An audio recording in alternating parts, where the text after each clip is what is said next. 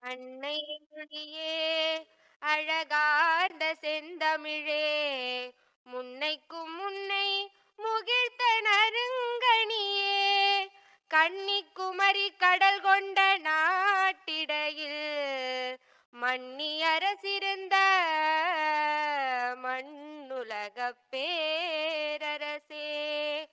தென்னன் மகளே திருக்குறளின் மாண்புகழே, இன்னரும் பாப்பத்தே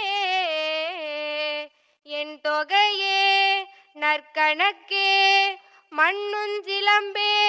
மணிமேகலை வடிவே, முன்னும் நினைவால் முடிதாழ